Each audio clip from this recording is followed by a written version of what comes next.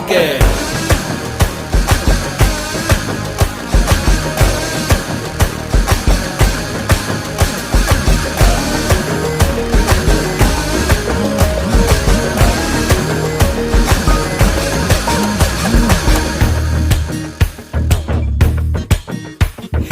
apple போன போல